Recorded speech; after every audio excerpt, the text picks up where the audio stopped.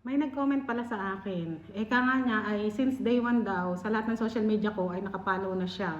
Pero bigla siya nag-unfollow sa may kwento ko na yung How I Met My Pakistani Husband.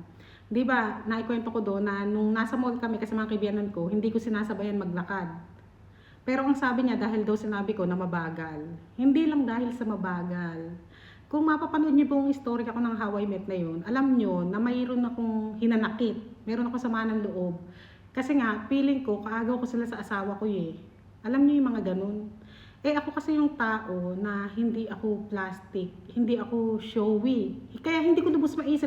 Mararamdaman niya, alam niya na mga taong hindi showy. Hindi ko lubos maisip kasi na humahawak ako sa iba, yung sweet-sweetan sa iba. Kasi kung mapapansin niyo kahit sa asawa ko, hindi ko hinahawakan.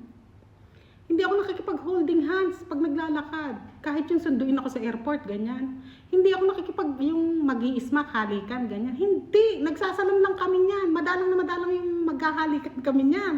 Hindi nga ako showy. Ako yung taong hindi showy. Kaya hindi ko rin alam kung paano i-approach yung tao na maging sweet, yung maging maalalahanin. Alam niyo, ganyan. Alam to ng mga taong katulad ko na hindi showy sa katawan. Kasi kahit sa pamilya ko hindi ako showy. Sa totoo lang mga kapanay. Hindi ako mahit-maya nakikipagtawagan sa pamilya ko. Hindi ako nag-I love you. Pero hindi maibig sabihin hindi mo sila mahal, di ba? Ganito lang mga tao na hindi showy.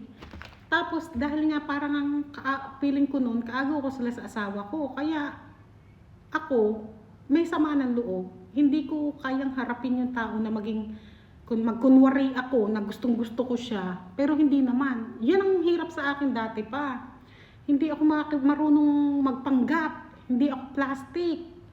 Kaya hindi ko kayang harapin nga yung gawin yung ganun. Pero hindi ko babastusin. Kumbaga, hindi lang ako magpapanggap na sobrang saya ko, nakasama sila, ganun. Kaya kung na-open bang kayo, na-turn up kayo sa ugali ko, ay noong araw pa naman yan. Ay, hindi ba kayo nakaka-move on? Move on din. Kasi sabihin niya pa, may problema rin daw talaga sa akin. Tapos, proud pa daw ako ikwento, ganyan, sabihin. Alam niyo, proud ako ikwento. Kasi nga, ay nagbago na ako. At saka yan, nakaraan pa. Kumbaga ngayon, kung tatanungin mo ngayon, ay okay na kami. Wala nang ganyan na samaan ng loob. Wala na. Ay, inaalalayan ko na rin lagi biyanan ko. Oo, ala na. Niyayakap ko na, ganyan. Ngayon nga parang naging sweet na ako eh. Pero dati, talagang, ala akong kasweet-sweet sa katawan. Kahit nga sa asawa ko, diba? Pag natutulog nga kami, hindi ko naman yayakapin ako, ayoko. Hindi ako makatulog pag may mayakap sa akin. Swerte siya pag ako yumakap. Tuwan-tuwa na yun. Pero basta ganyan ako. Pero kung di nyo ako maintindihan, ay mag-adjust na lang kayo, intindihin nyo. Huwag niyo na akong i-unfollow. Grabe naman kayo. Follow back mo na ako, ha? Paano dadamit tayo ng dadami niyan eh? Paano lalaki ulo ko niyan? Pagka hindi pa lumalaki ulo, papalaki pa lang eh. Tapos, ala na, babagsak na agad. Kayo naman, huwag kayong ganyan sa akin. Basta ayun, sa ngayon, sa totoo lang, okay na kami. Sobrang okay na kami ngayon. Alam niyo, no, isang araw lang, ang asawa ko nga, sinasabi niya sa akin, alam mo ba, yung biyanan ko, nanay nga doon niya na nagdadasal lagi. Nagdadasal ako. Kasi nga, pag daw may problema sila, kahit hindi ko alam ha, parang kusa daw ako ibinibigay ni Allah, dumadating ako, at yung nakakatulong nga daw ako masolusyonan yung problema nang hindi ko alam ha. Kasi sa totoo lang, hindi ko kinikwento sa inyo. Ewan ko kung nasabi ko na ito dati, pero hindi ko na lang siguro inuulit-ulit.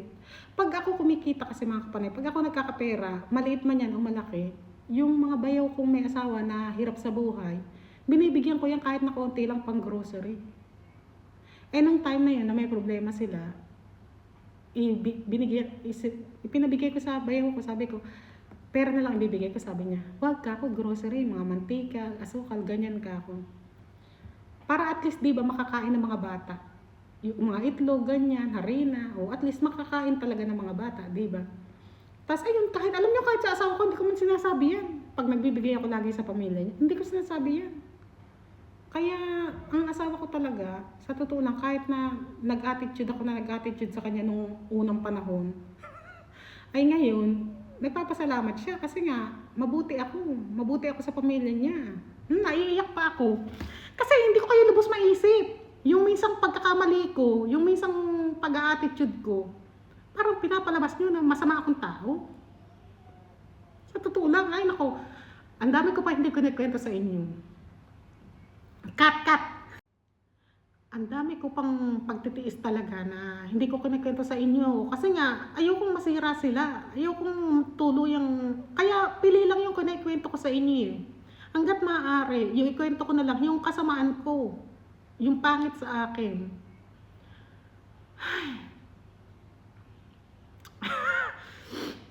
Ano to? May anting-anting talaga ako. Umiiyak na tawa na. Pero, wag niyo namang palabasin na napakasama ako hindi ba kayo nag-a-attitude? Santo ba kayo?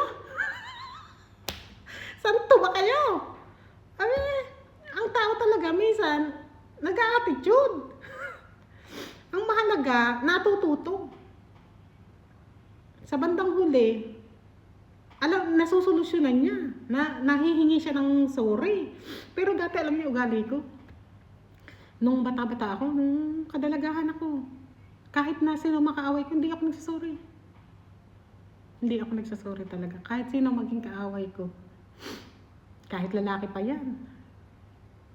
Anuhin ko yan. Yayain ko suntukan, pero hindi ako magsasorry. Ganun kataas ang ihi ko dati. Sobrang taas. Kasing taas ng Mount Everest. Mount Everest ba o Mount Everest? Ay nako, nalito pa siya.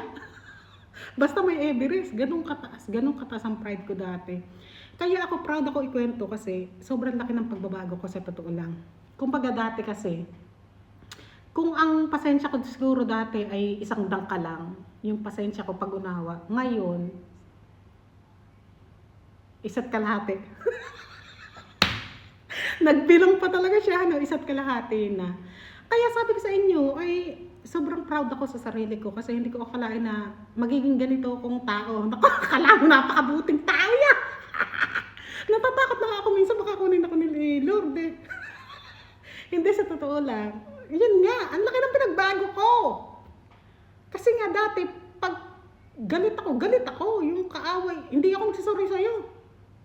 Kahit habang buhay na tayo mag-away, hindi mag-usap, okay lang sa akin. Pero iba pala pag tumatanda na. Gusto na lang ng tahimik ng buhay. Ayaw na nang may kasamaan ng loob. Ayaw na nang may nagagalit. Kasi iisip-isipin mo rin yan eh. Kahit sabihin mo, wala akong pakialam. Pero iniisip-isip mo yan na mayroong ka nasaktan. Na mayroong galit sa'yo. Kaya ngayon, ayoko na ng ganyan. At saka sabi ko nga, tumatanda na tayo. Ay, gusto ko man lang ba yung kunwari, mawala ako dito sa mundo. Ang maiiwan ko, kabutihan. Yung maaalala ko ng tao na, ay, yan, si Gladys, si Amna, mabait yan. Ay, si Gladys, ganun yan, mabait yan. Hindi yung, ay, si Gladys ba, napakawalang hiyaan yan eh. Mga agaw ng lupa yan. Akala mo may lupang aangkin na yan. Ayoko maalala ko ng tao ng ganyan. Kumbaga, ngayon, nagbago na ako. Kaya kayo, huwag niyo na ako i-unfollow. Nagbago naman na ako. Kayo naman, matatampuhin nyo. Wag na kayong magtampo ha. Bati-bati na tayo para happy-happy lang.